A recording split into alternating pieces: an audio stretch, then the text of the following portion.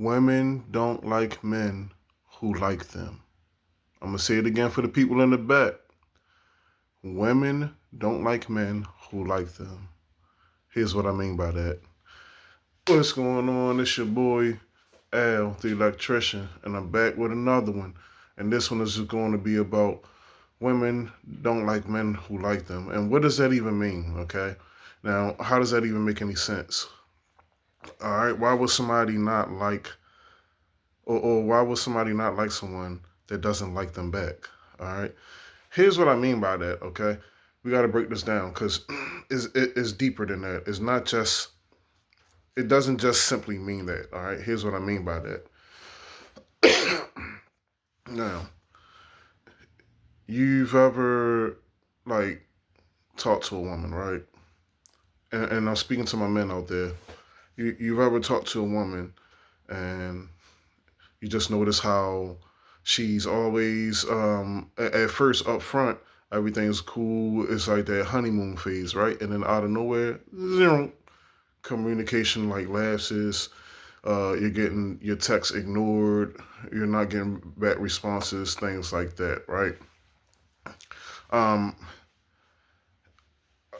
or here's an example, right?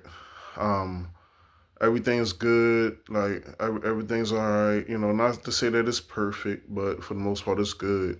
And then now you want to get serious in a relationship, or either you get married, the relationship advances to the next stage of marriage, and then all of a sudden everything's like like it just everything just did a 360 U-turn, and you're like, what the heck just happened to this relationship? Okay. Um, what happens is once once you reveal your interest level to a woman, what that does is that actually can kind of backfire sometimes, and it dissatisfies hypergamy. What is all these terms I'm talking about? So if you don't know, women or the male female relationship dynamic all works through attraction, and there's attraction triggers, and what triggers a female's attraction to a man is hypergamy. Women having hypergamous nature. That means their nature is of hypergamy, and hypergamy means that you're attracted to something that's higher than you, something that's better than you, taller, bigger, faster, stronger, more intelligent. All right, and generally speaking, these are the qualities, and I know that society wants to be changing the way of thousands upon thousands of years of the male female dynamic. However, women are attracted to generally these traits in general. Most women, like 90 some plus percent, okay, are attracted to men of this nature. Okay, most women don't want a man that's shorter, slower, dumber than them. They typically want the men that's bigger, faster, stronger, more intelligent, earn more money than them. Okay, and even in today's society, that's typically who the women choose, right? So if you don't satisfy that, and the way hypergamy works is it's like if you can imagine a very strong, tight chain, right? This chain is very strong, very tight. You can use it for rigging, right? But if one single link breaks in that chain is no longer good. It's no longer operable. Okay, because now it's a faulty chain, and eventually over time, that chain link is going to break. That's how female attraction works. They have a whole bunch of different links in their train of thought and their train of attraction. If you have one single, if you fail to satisfy one single thing, what happens is now that attraction is basically defunct. It doesn't work anymore. It's inoperable. It's absolute. It's obsolete. That attraction is broken, and it's very, very hard and very difficult to try to link that back together again and mend that back and fix it. Okay, almost impossible in most cases. So you have to constantly satisfy hypergamy. You got to constantly clean this chain, oil this chain, maintenance this chain, just like any machine, anything like that. And I use that to get men to understand what female nature is like. Okay, so stay with me on this. Now,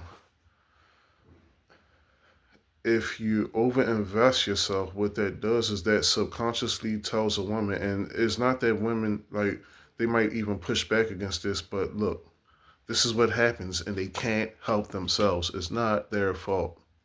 They're not trying to be jerks. It's just how God created them so that they can ensure the best turnout for their lives and the lives of their children. Okay, and this actually makes sense. Okay, it's not that they're trying to be jerks. It's not just because they're modern women. Because the thing that the difference between modern women and people want to call this evolutionary biology. Nothing ever evolved. Things are always as they have been ever since the longest time since humans could record history. Things have always been as they have been. Nothing ever transformed and evolved. There's absolutely zero record of that. This is just how women are. This is just how men are. This is just female nature. This is human psychology. Okay? So, if you overinvest yourself, if you show too much interest, and what is that? Texting too much, being too lovey-dovey, being too squishy, sweet, all of that stuff. What that does is that tells a woman that number one, it looks weak. Number two, it looks desperate, and it makes you look low value in their opinion. And then the attraction is just the chain snap is not working. So now, what happened is that relationship is going to be on the rocks. Like it might still be holding, it might be broke, but that link is still there holding the rest of the chain, right? Until until one day, it just stretches too much, and and the relationship is done. All right. So that problem, once they lose that attraction, then it snowballs. Here come the moaning and the groaning and the complaining and all of this, that, and the other. And the next thing you know, you got a sexless relationship, and you wonder why, even though you should be waiting for marriage anyway to live and to be intimate together. But that's a whole nother video. But but your relationship becomes sexless, and next thing it's like, well, she got to be screwing somebody else. She ain't with me. She ain't not. It creates a rift in the relationship, and next thing you know, here come the divorce filings. Half of your stuff is gone, if not most of it, because you had to sell it to pay her. A lot of problems, or either just if y'all dating, which I don't recommend you dating, but or even if you're in like the courting phase, which I do recommend that you court instead of date. It's a higher quality and better indicator of marriage. Um, you're gonna start to notice these problems. The hypergamy won't be satisfied because you're invested. All right. So what is the best thing to do? The best thing to do with this is with women, you gotta understand that they love attention, right? But if you give them too much attention, it's got to be measured, because what happens if you give them too much attention? What happens if you give somebody so much money? Somebody that makes money hand over fist, they used to getting checks, big fat checks that are worth tens of thousands of dollars. Um, they start going around saying, what, money ain't a thing, money ain't nothing. Like money is devalued to them because it ain't nothing, because they got so much of it. So what happens if you give a woman too much attention, or all this attention? Your attention now is devalued because you're always giving her attention, or she's always getting from everybody else. But if you're the one that's over there nonchalant, and then all of a sudden Like she's like, hold on, this guy's really cute, but he's not showing me no attention. What's going on? Is he gay? They're like, she gets curious, right? And then, she might say something to you, or you give her that little bit of measured attention, like you look at her way, or you say, hey, what's up? What you drinking? You know, whatever the case may be, if that's your thing. Um, or what do you know, just sparking up any type of conversation just to say something, right? Because you got to understand that just because you show her that little attention, to her she looks at that as some type of form of he may be interested. And um and then from there, and then it's like you just let her do the talking. And that's a whole nother video too. Let her knowing how to talk with a woman, because a lot of times guys can talk themselves out of the relationship before it even starts. So knowing what to say, which is basically just allowing her to talk, and you just say, and you just listen to her vent. All right. But anyways, yeah, there's such so much I can go on, like and have a 3 hour long Joe Rogan talk about this, but I'm just giving y'all snippets in about 10-minute videos or so. And just go ahead, like, comment, subscribe, share what your experiences have been in your relationship. And but yeah, definitely, man. So just to sum it up and bring it all into a conclusion, don't show too much high interest level in a woman. Just give it short, measured spurts. Women are like roller coasters. They like ups, they like downs.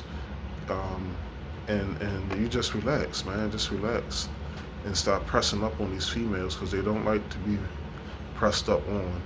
They like their space. They like their breathing room. And go ahead and give that to them, and you'll notice how much smoother the relationship will flow, how much longer it will last, and how you'll continue to satisfy hypergamy, at least in the attention part of the relationship.